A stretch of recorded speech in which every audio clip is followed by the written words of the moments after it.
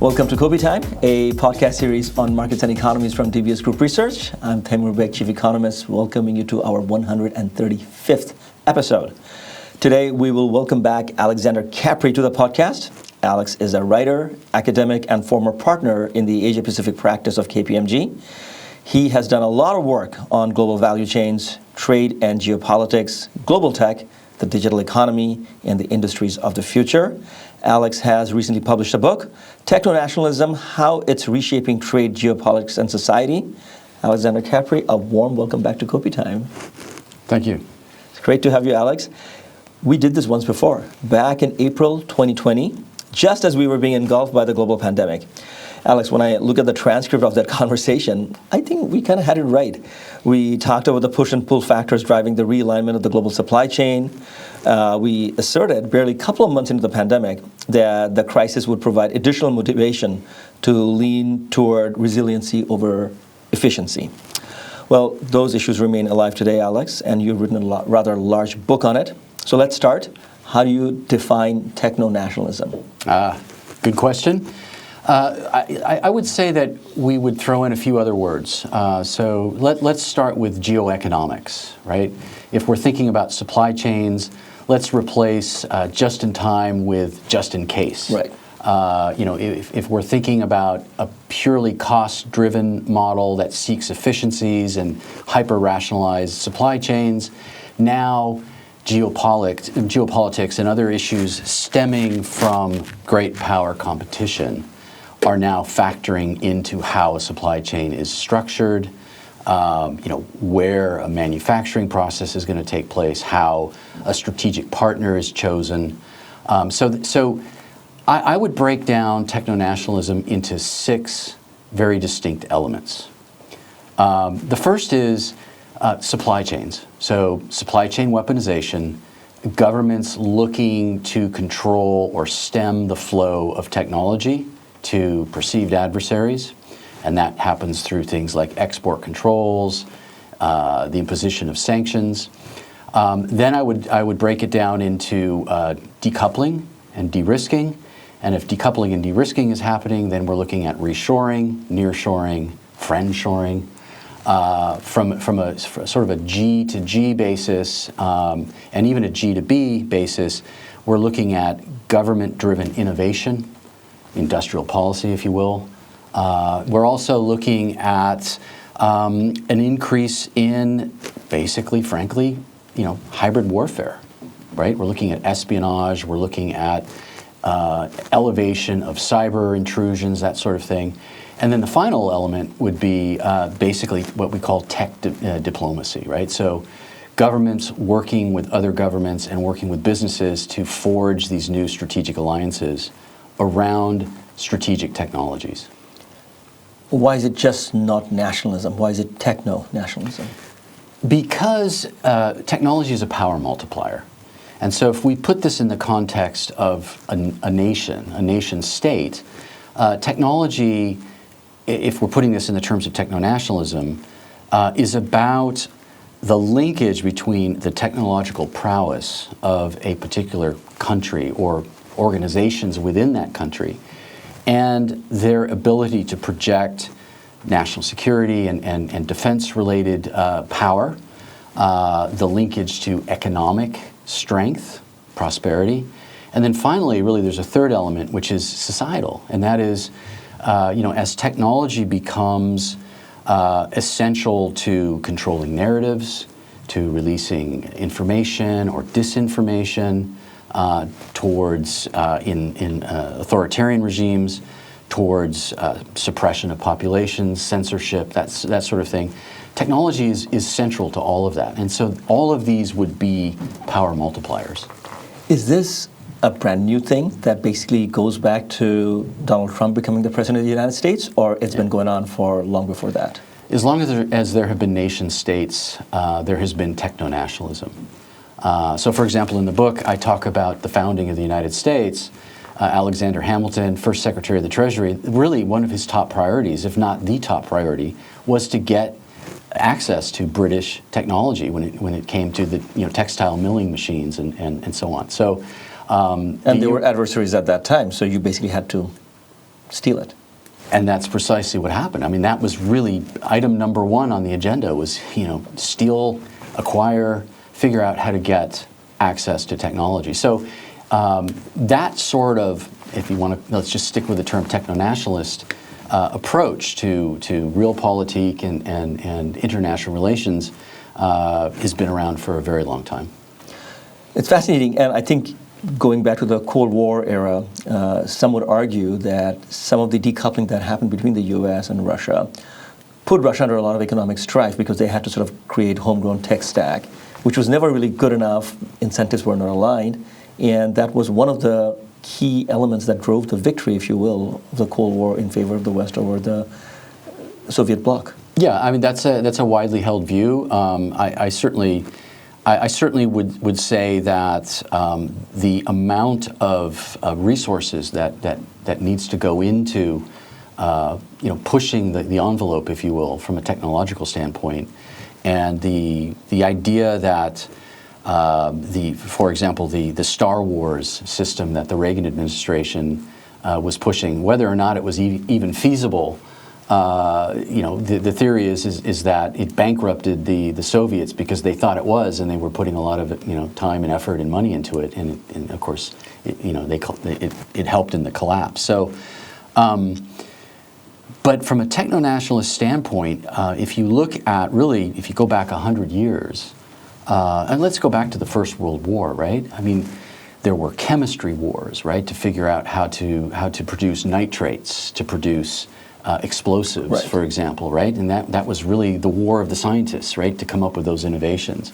And if you trace this theme of techno-nationalism really back the last 100 years plus, there really is this very important correlation between the industrial revolutions and what I call the technology feedback loop, which is essentially this virtuous cycle that exists between governments, national governments, the defense establishment, academia, private business, and or markets.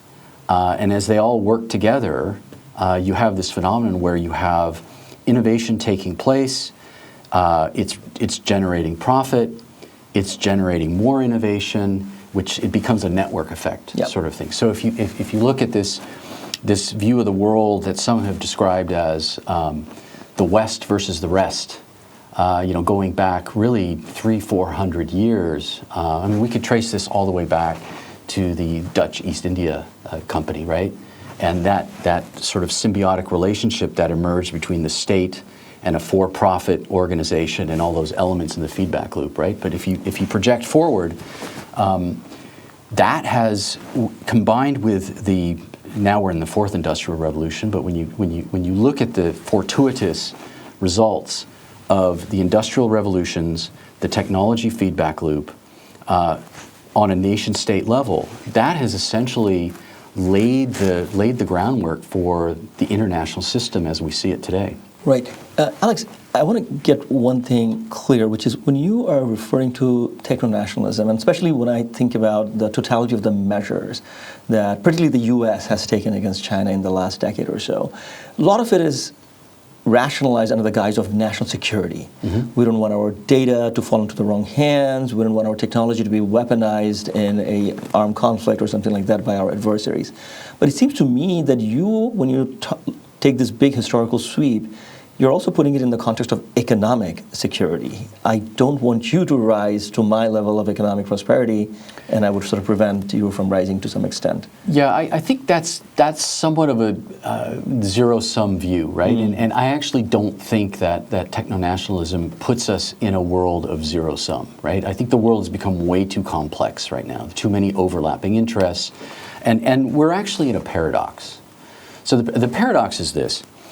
If you look at the grand sort of the mega trends that are defining the international system today, right? You look at the fragmentation of global supply chains because of geopolitical pressures, right? This move towards regionalization, even localization, the idea that the world is bifurcating, right, around these two nodes, right, basically the G7, US plus China. I mean, if you look at that, we are not deglobalizing. This is not a deglobalization process. This is a reorganization process. So the global economy is reorganizing itself, and it's a correction, if you will. I actually refer to it as a geopolitical version of creative destruction. Right? So there are many new economic opportunities that are arising, as you know, as a banker, and the work that the bank is doing. You know that when you have these shifts in supply chains, in global value chains, there's rebuilding, there's restructuring, there's the services industry. You know, it's a real knock-on effect. And I should point out the paradox that I refer to is that on one hand, we have all of these things that I've just described happening with strategic technologies. So the value chains around, there's really 12 core technologies, and we can get back into that in a little bit. Of course, semiconductors, quantum, biotech, that sort of thing. But even as that's happening, even as we're seeing this bifurcation, we're seeing increases in trade volumes, including between the U.S. and China, right? So the way I look at that, the way I dissect that is I look at global value chains as a sort of a striation, like 3 levels. Okay. So on the top level, we have all the strategic goods, right? And that's where the decoupling and the de-risking is happening, the restructuring and so forth. In the middle, the second layer down, we have this nebulous gray area. And within that gray area, we have dual-use goods. So these are commercial goods that are used for a wide array of industries and sectors, everything from a SIM card in your phone, literally to the brake pads in the car you're driving. But they could be considered dual use, meaning they're commercial, but they could be used for military purposes, and therefore if they're being sent to an identified entity, a blacklisted entity somewhere, it's going to require an export license, or it's just going to be blocked throughout.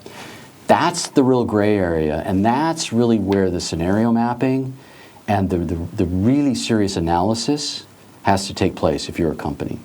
And then the third level is just the rest of the stuff that is essentially innocuous, right? I mean, do we care where your shoes come from, or your bottle of shampoo, that type of thing. But even that evolves, Alex. I'll give you an example.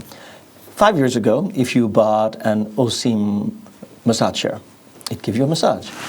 Today's OSIM chairs have Bluetooth capability, and you can connect to your phone, and you can run the chair through your phone. So all of a sudden now it has mini Bluetooth application and data transmission capabilities. So then it starts going on from the third, completely innocuous, a chair that does no harm. That's right. To somewhere in the middle. Yep. I guess that's where lawyers and regulators and consultants, everybody come in and they fight it out to which company gets a buy or not. That's right.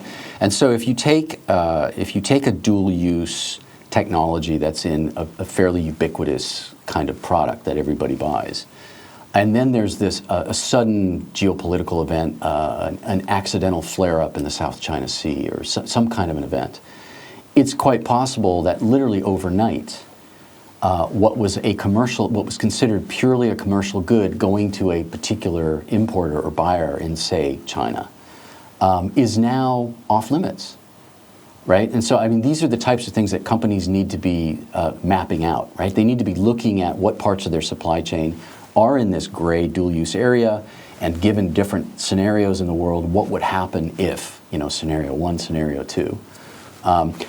Perfect example of that is electric vehicles. And all of the, what is an electric vehicle, right? It's a computer on wheels. Right. Right? And it's sending and receiving information not only about where you're going, but everything that's around you. What's coming in on communication networks and other smart devices. And as you saw, I think it was just yesterday, that Washington has announced that both the software and the hardware that goes into electric vehicles in the States cannot be of Chinese origin.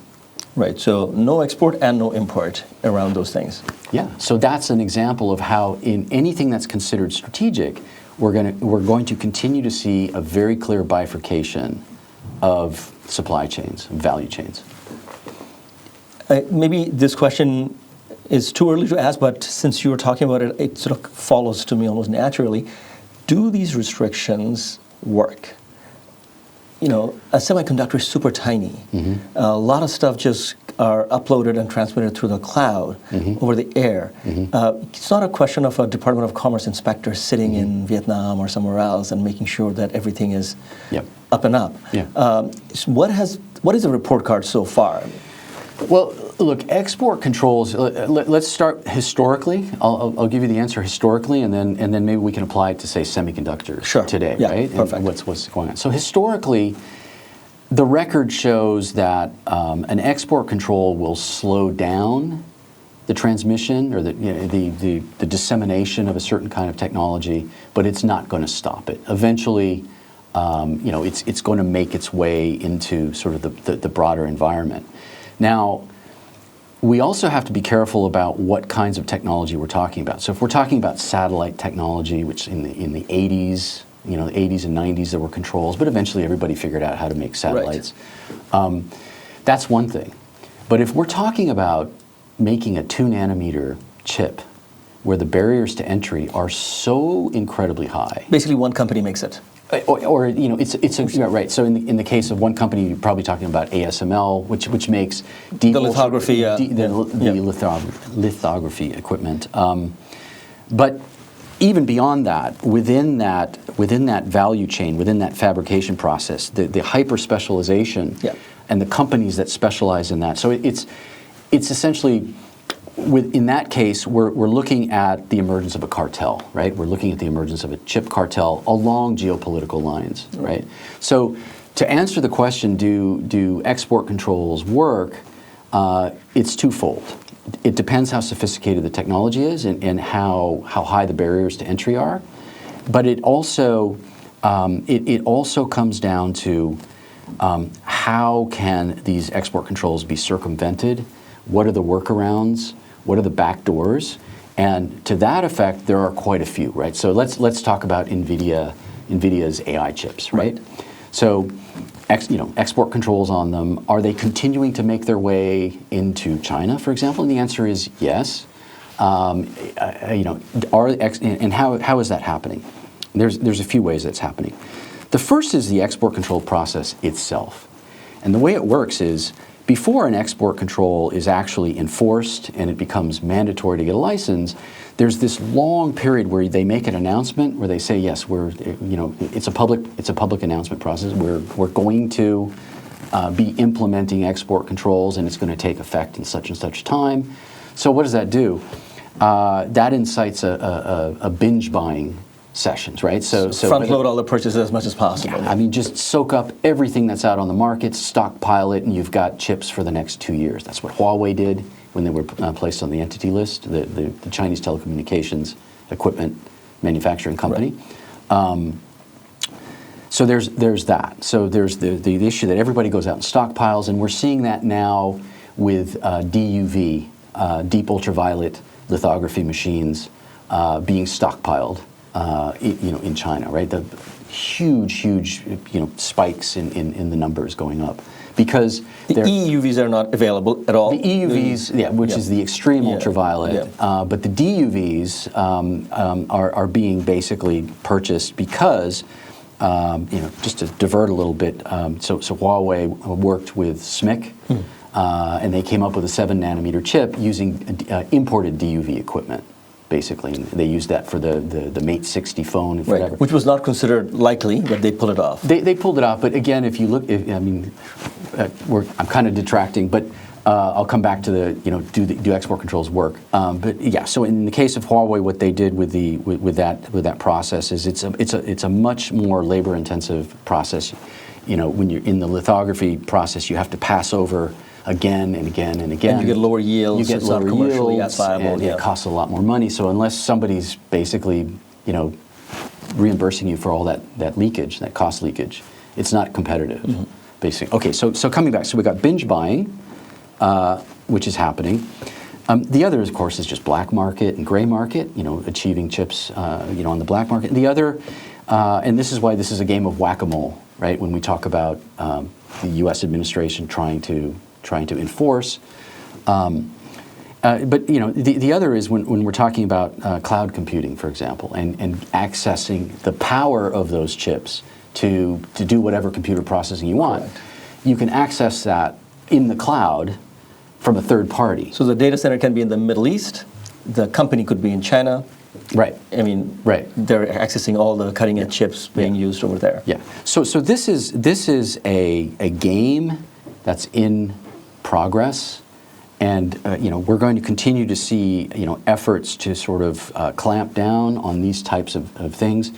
And I think maybe another time we can come back and talk about what I call the surveillance supply chain. Basically, the way new technologies are going to be used to essentially achieve much, much greater transparency and traceability in supply chains, right? To trace the actual movement. And a lot of this is going to be focused on AI, right? On AI chips, and it's going to be focused on cloud infrastructure.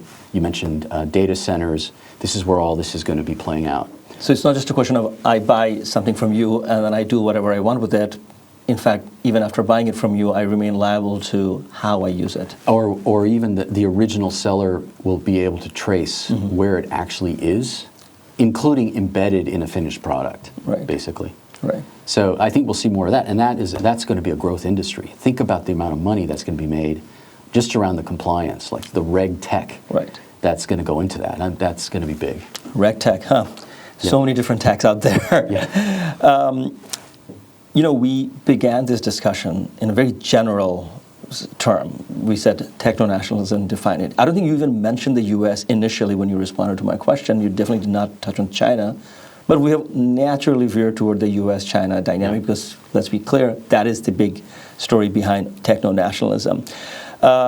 I want you to talk to me about something that you devote quite a bit of space in your book, which is the digital Belt and Road by China. Yeah.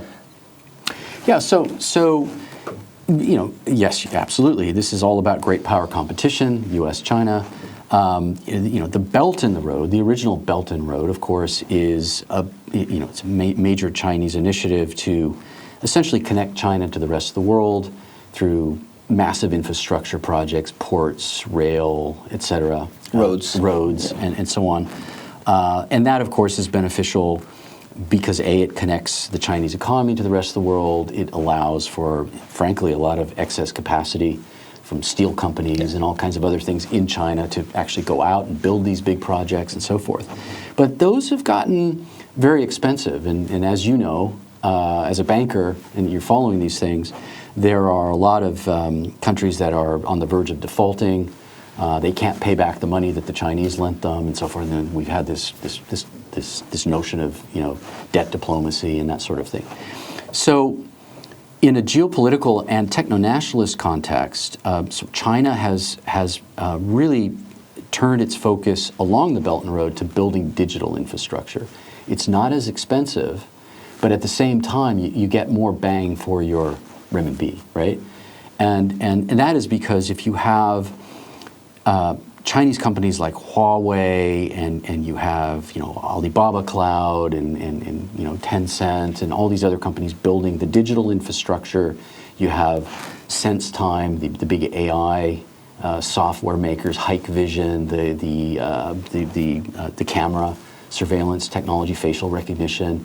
You have Baiduo, the Chinese satellite network. So you have this ecosystem of Chinese companies that are building this digital infrastructure. And then you overlay on top of that Beijing's efforts to roll out its digital currency and of course this is all part of the de-dollarization efforts that they've been involved with other BRICS countries and also with their client states along the Belt and the Road. This becomes a very, very compelling and very attractive formula, if you will, for extending influence, economic influence, and extending as sort of the duality of that is it doubles as a force multiplier and projector. just want to, I want to talk about the digital currency part in a moment, but I just want to stay with the digital infrastructure part a little longer. When we talk about this digital stack, if you will, coming from the various Chinese providers of technology, is it ubiquitous? Is it interoperable? So could I have Cisco routers in my country and routers made by, I don't know, Huawei or something, and they can all talk to each other, or Cisco routers will have a problem dealing with interoperability with Chinese technology? Well, that's a great question. Currently the way things stand, you have very few players building this kind of technology. There have been many efforts through the O-RAN network, which is essentially efforts to basically open source a lot of the technologies that go into the whole value chain around 5G wireless, and the rationale behind that is you don't just have Ericsson and Nokia and Qualcomm and Huawei, basically. So as it stands now, if you have one big provider, it's a lot more complicated, right? And it's very difficult to get these companies to work together. Right. Basically, it's almost impossible. Basically, right? The answer is, it works better, and certainly if we're talking about the digital Belt and Road, and we're talking about China's view and China's strategy, it's about having a fully Chinese ecosystem. I heard this onion analogy from an executive recently where they said that if you have core infrastructure that is very security sensitive of an organization, you tend to still stay very Western with respect to buying those technologies and capabilities. But if there are outer layers of that company's infrastructure, you're okay buying something rather ubiquitous, which doesn't have that much of a tech-related sensitivity, but it does come with very large scale from the Chinese and is very reasonably priced. Right. And it does make commercial sense to have the outer layers having some degree of Chinese layering, but not the inner layers. And that's an ongoing debate, and it's a very contentious debate that is taking place in European countries in particular, right, where the consensus is moving, though, to the point to where nobody wants potentially adversarial technology in the core of their networks anywhere. If you leave the outer layers of the onion out there, there's now increasing debate as to who should be providing that kind of technology. So. That's how outer is outer and how inner is inner. But that's where the tech diplomacy takes place, right? That's where governments, they deal with pressure from in Washington in particular, if we're talking about Huawei. Right. Okay, so now let's come to the digital currency aspect.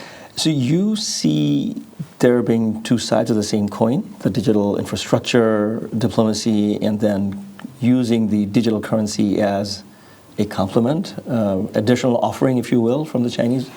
Well, the issue with digital money, or in particularly central bank-backed digital currencies, right, as they sort of are rolled out, if you will, is you're dealing with a central bank of a sovereign state, basically, that is overseeing this particular currency. So.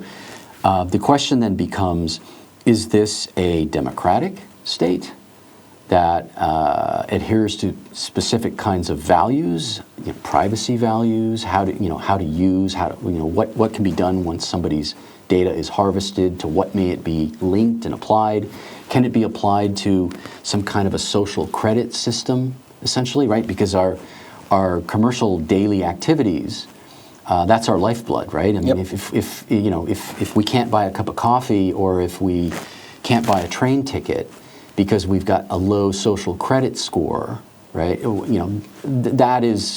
That's a problem, right? And certainly from a liberal democratic value standpoint, that's a problem, right? So I think when we look at different systems where we have a potential Chinese hegemony, digital money hegemony, particularly around the Belt and Road, some of the countries in the Belt and Road, that's a head-on train crash, right? With Western values when it comes to what kind of money is used and how it's used and how that data is used. Right. But there's so many countries in the world which run large trade deficits vis-a-vis China. And add to that the dynamic of weaponization of the US dollar, seizing the central bank assets of Afghanistan, of Russia. I would think that there would be actually increased motivation for countries that have pretty deep trade relationship with China and are a bit spooked by what the U.S. has done in recent years to reduce their reliance on the U.S. dollar. I totally agree. I think we're going to see, we're seeing efforts and we're seeing a lot of enthusiasm around de-dollarization, right? And so I think, the greenback's going to be a very powerful reserve currency for decades to come. But there clearly is an impetus, right? There clearly is a very conscious effort to move away. And in the process of doing that, the rise of digital currencies bring with them all kinds of issues, right? So the funny thing, Alex, is that while we're discussing this in the context of frontier technology, the biggest beneficiary of this motivation toward de-dollarization is actually an old asset, which is gold. That's the thing that has rallied in the last couple of years, unlike any other things. Whereas, cryptos, they go up and down. Right. CBDCs, the things that you and I are talking about, is still a work in progress. We're not sure whether the Chinese or any other country would really be enthusiastically replacing their paper currency with digital currency, but the potential is certainly there.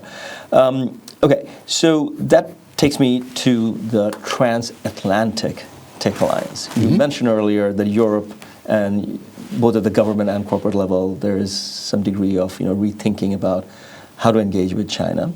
On the U.S., we've seen it already pretty clear. There is no daylight between the Democrats and Republicans. Everybody is becoming pretty antagonistic toward Chinese technology. So how are the Europeans thinking? How are the Americans thinking in terms of their collaboration?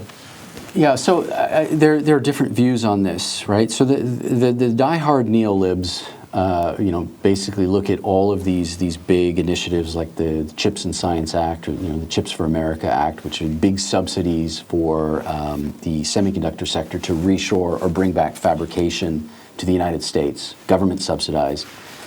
They look at things like that. They look at things like the IRA Act, right, which is the a lot of Buy American Inflation there, the Inflation Reduction Act, which has a lot of Buy American, and it has a lot of subsidies and sweeteners for companies to move things home and do production that otherwise they may have offshored somewhere else.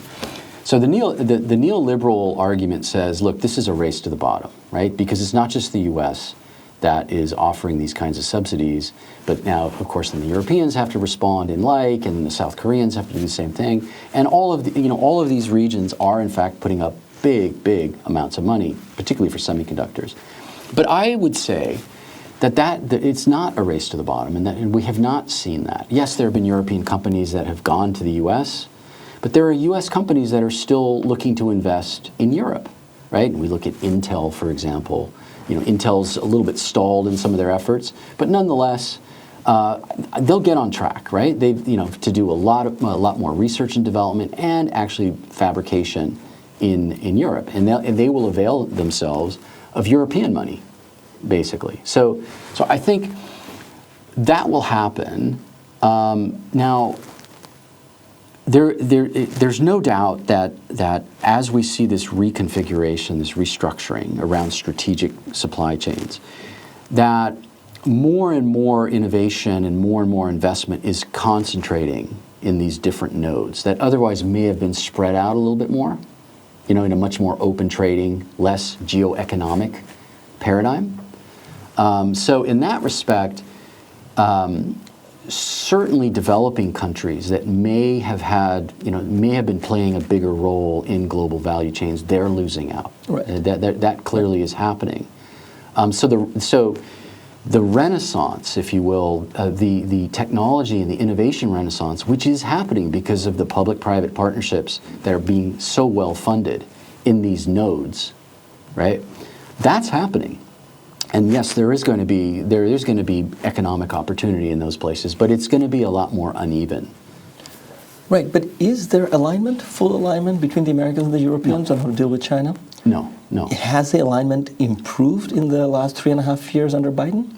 I think you have to go country by country in Europe, right? The Germans are really struggling, right? They're really divided because they've had just a core small group of companies that have invested very, very heavily, right, in China, right? Siemens and the big automotive companies.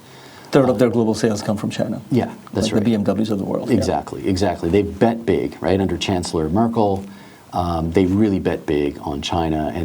But then if you look at sort of the middle tier companies in Germany, and you look at the labor, the labor pool there, they want jobs to come back to Germany. They want more investment to sort of gravitate in the tech sector to Germany. So that Germany is one example.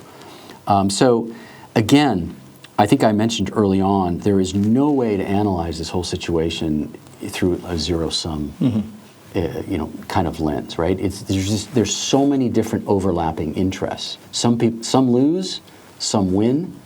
There's a great deal of uncertainty, but I think in general, the transatlantic relationship. Of course, we have some elections coming up here, right? Just a few, yes.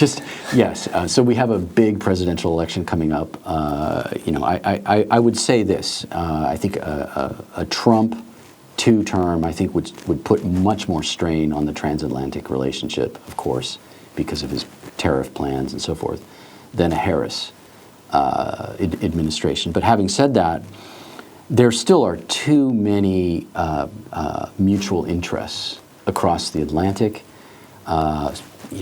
Interests around AI standards, basically rule frameworks around tech, interests to cooperate on supply chain resilience around critical minerals, rare earths,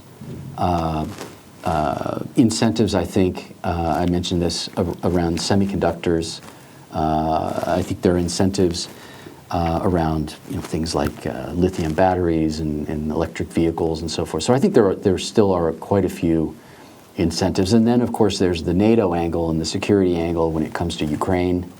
So I think the transatlantic relationship will be just fine. I want to stay on that for a second because you made a great premise, which is that we should look at country by country. The European Union is not a single entity. There are countries, especially on the eastern side of the European Union, which are very friendly to China, and then there are others who are not. Clearly. So is there a risk that EU itself could fracture as a result of the U.S.-China conflict? There's always a risk that, when you have a union, or certainly a customs union that big, when you have a block of countries that big, yes. There's always a risk of that, and I totally agree. I mean, I think if you look at the Eastern European countries, they're very eager to absorb investment, from China. They're very eager for infrastructure, but at the end of the day, I think there is a tipping point, even in Eastern Europe, when the view becomes that any outside power, China or anybody else, in this case, of course, it's China, is overstepping its bounds, right, when it comes to trying to exert influence. And we've seen that. We've seen that over the last decade, particularly during the COVID crisis, right? So even that, I think we will continue to see. If I had to make a prediction of what the global economy is going to look like from a supply chain standpoint over the next decade, I would say that what is deemed de-risking today, from strategic Chinese or single source kind of Chinese supply chains, that de-risking is going to slowly evolve into decoupling, essentially, and we'll just see those supply chains basically coalesce under in different regions. I'm curious to see what happens to the EV supply chain if Chinese companies invest in Hungary and Poland and Turkey and starts making BYDs and other cars. Yeah. They should be tradable within Europe under EU rules of origin, and they should be classified as made in Europe cars. Yeah. But clearly, in the context of USMCA, the Americans have said they're not going to accept that even if BYD makes something in Mexico, it'll be considered a made in China car. Yeah. So I again sort of think about this alignment that if you are more open to investment in the EU than the US is within USMCA, how do these things pan out? Yeah, I mean, look, this is just playing out now. Now, one thing I would say about sort of the movement of, in this case, Chinese electric vehicle assembly and manufacturing, out of China into the European Union. What is still going to be a very contentious issue there is going to be the fact that they may be assembling the cars there, but if all the parts and components are also still coming from China, then I think we're going to run into issues around local content requirements, and we're already hearing about that, right? So, if you look at a typical free trade agreement that involves automotive, they're usually pretty high local content requirements, or even local labor. The USMCA, which is the U.S., Canada, Mexico replacement of what was NAFTA. I mean, they've got very, very high local origin content requirements that even include proving that that labor was paid a certain wage, right? So I think you might call it a non-tariff barrier if you want, technically, but I think no matter what happens in Eastern Europe, as long as it's part of the Union, there's going to be pretty strong pushback about moving Chinese cars into that region. Right. So there's like general assembly, there's full kit assembly, and then there's manufacturing. I'm learning about this because I'm thinking about phones, Apple phones being made in India or assembled in India debate. Right. And I'm sure for the EVs, same thing comes up. Alex, I want to talk about Southeast Asia and India momentarily, but just a couple of words on this race for innovation. Yes. So chips, for example, the U.S. remains the undisputed leader in the world in chip design. East Asia is the undisputed leader in the world in chip manufacturing, but the design, which is the highest value added, comes from the U.S. The best innovation on the chip side comes from the U.S. Right. Europe has pockets of excellence. You talked about ASML earlier. ASML itself is a function of a bunch of other excellent companies, Carl Zeiss's Lens and Siemens's Laser, all going into the capabilities that ASML develops. We don't hear as much about cutting-edge innovation coming out of China. In green transition, some. And to your point earlier that buying up lots of DUVs and then making up to 7 nanometers, perhaps even 5, can be done by the Chinese at a low yield nonetheless. Yeah. But has this entire trade tech war led to widening of the tech gap between the U.S. and Chinese already? Well, let's stick with the semiconductor discussion, right? I think it's good. So I think when you talk about semiconductors, you really have to be careful to make that distinction between advanced semiconductors and sort of, for lack of a better term, we'll call it legacy. So leading versus lagging edge. Leading edge versus lagging edge. Correct. And some people don't like the term lagging edge, especially big Western companies that are making so-called lagging edge. So, so I think that's a really important distinction. So if we're talking about China or anyone else being anywhere near what ASML can do when it comes to extreme ultraviolet, no. A decade, 2 decades, maybe never, right? Because this is not a stationary target. This is Moore's law is still alive, right? And so it's just so incredibly complex and hard, and you need to have the right partners. It's that ecosystem, right? And if you can't get that full ecosystem, it's almost an impossibility. Right. But if we're talking about trailing edge, then I think China is already a player and is going to be a much, much bigger player in terms of global supply. And if you think about it, the innovation that you talked about, there is a lot of innovation taking place in China. There's no question about it. And so you don't have to have leading edge processors to do innovation. Not at all. Not at all. I mean, you need it for leading edge AI. Yeah. Right? So if you want to do machine learning and large language models and that sort of thing, you need to have cutting edge AI, right? And you need cutting edge AI. But for even relatively sophisticated weapons systems, for almost all consumer electronics, you don't need leading edge, right? I mean, and so Apple, as it pushes the boundaries with its iPhone, a Tesla, for example, I guess you can put in more and more advanced technology because it's a computer on wheels, right? Depending what you want it to do, other than just drive around. But if you look at medicine, medicine and healthcare, if you look at basic communications, if you look at most consumer electronics, most of that, there's a huge market for lagging edge chips.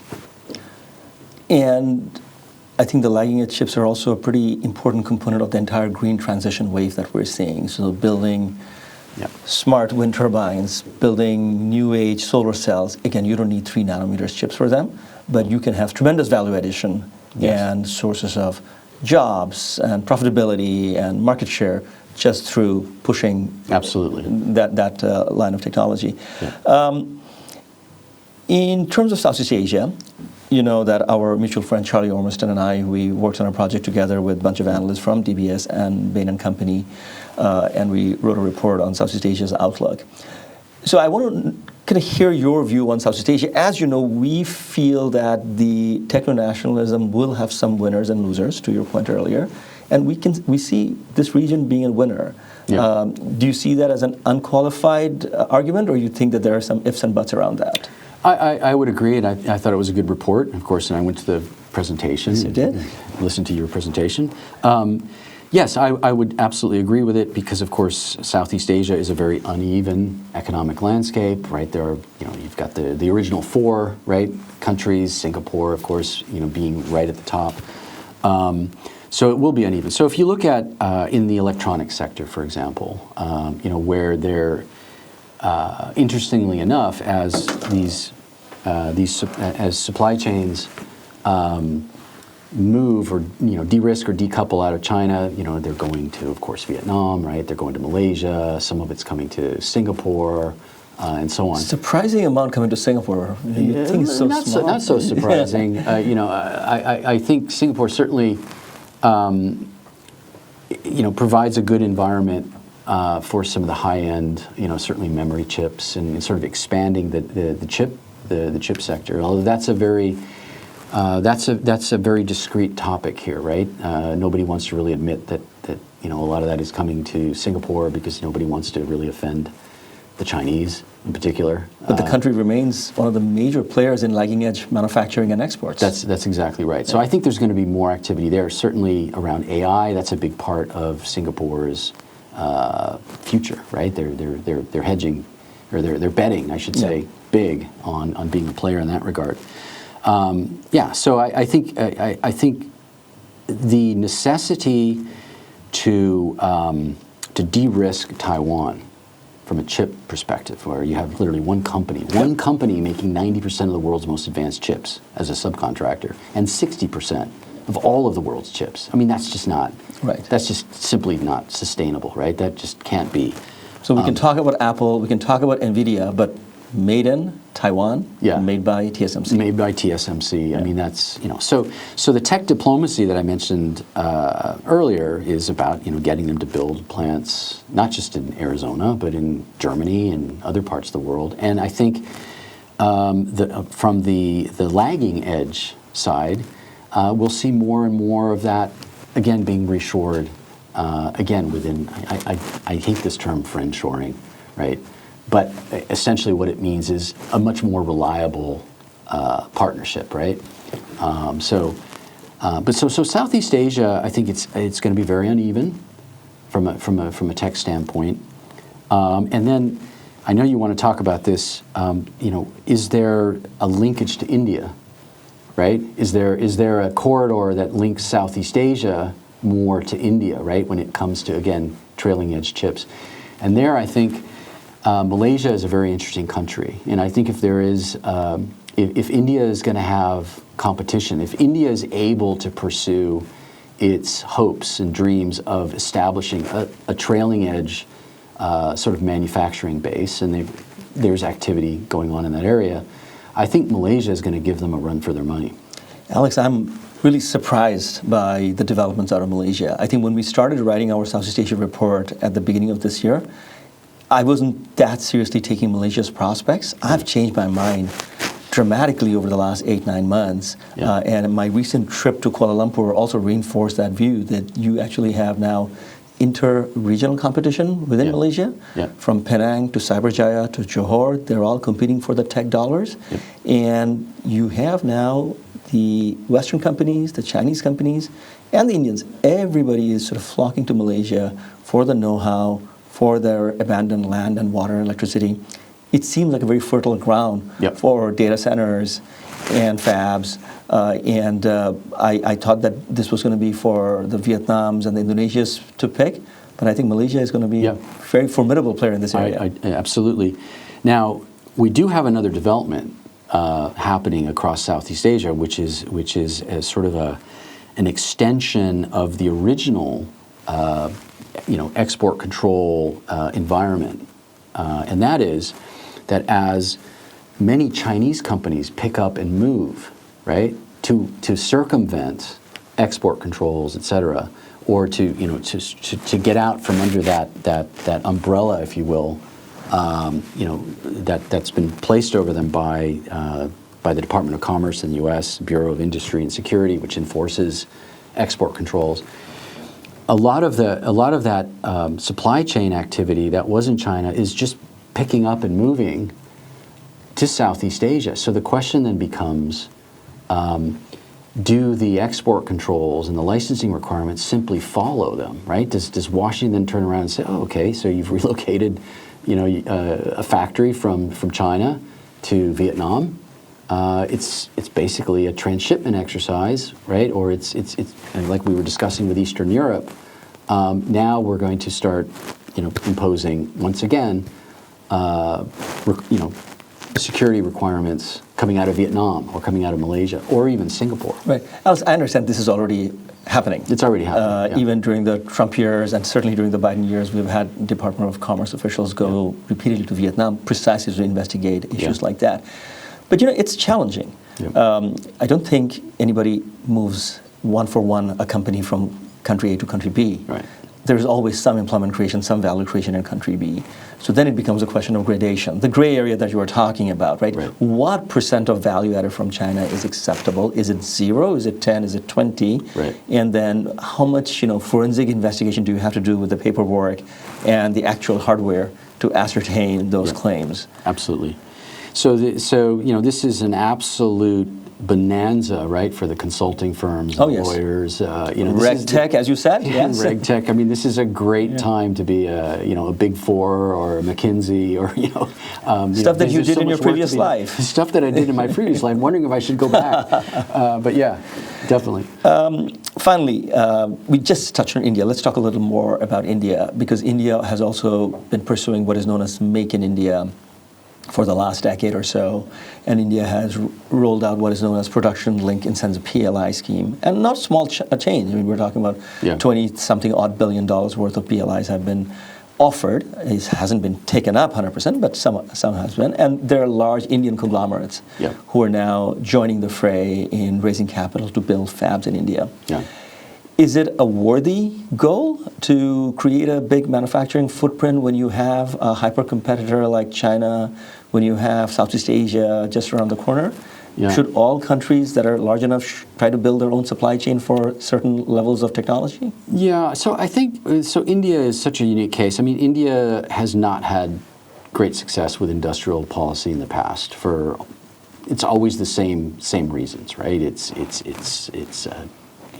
too many taxes, it's over-regulation, it's bad infrastructure, it's corruption, it's a lot of things that are big, that are big challenges.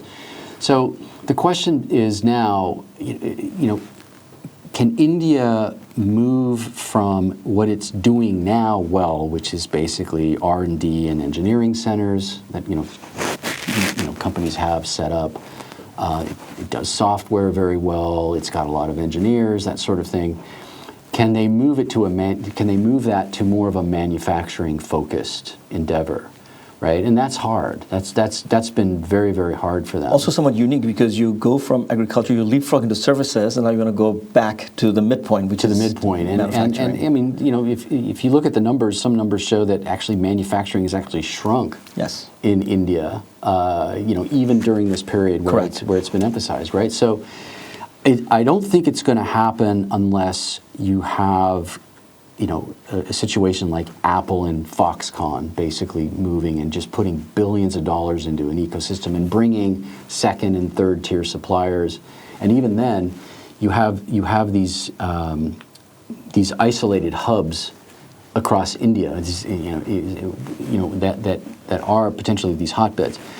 The other thing is, and I write about this in my book, is, you know, what India really wants to do is it wants to grow an indigenous sort of cell phone, mobile phone sort of kind of ecosystem that then grows out into infrastructure for wireless and that type of thing.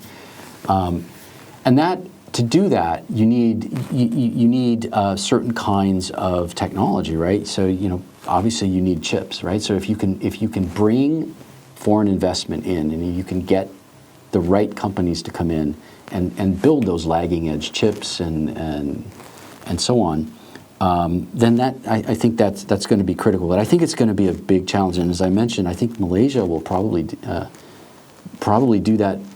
They are doing that, and they will do that pretty well. And so I think this is a wait and see. And as one of my, I'm not saying that I believe this is going to happen. But you know, not to say this glibly, but you know, India has missed a lot of opportunities, right? And the question is are we going to see a repeat of that, or is this period in history right now where we have this massive paradigm shift in the West, and we have all these things that we've been talking about, the reorganization, the bifurcation, all of that? Is this going to put them over the hump, right? Is this, right. And you know, if I'm putting money on it, it's not good money at this point, right? I mean, it's still a wait and see. Right. Well, at least the window is there. That's clear. The window is there, no doubt. And now it's really up to the policymakers to come up with the right policy environment and a stable regulatory environment to make it happen. Yep. Alexander Capri, this has been fantastic. Thank you very much for your time and insights. Pleasure. Enjoyed it. Great. As always. Thanks to our listeners as well. Kopi Time was produced by Ken Delbridge. Violet Lee and Daisy Sharma provided additional assistance. All 135 episodes of Kopi Time are available on YouTube and on major podcast platforms like Apple and Spotify. It is for information only and does not constitute any investment advice. For our research publications and webinars, you can find them all by Googling DBS Research Library. Have a great day.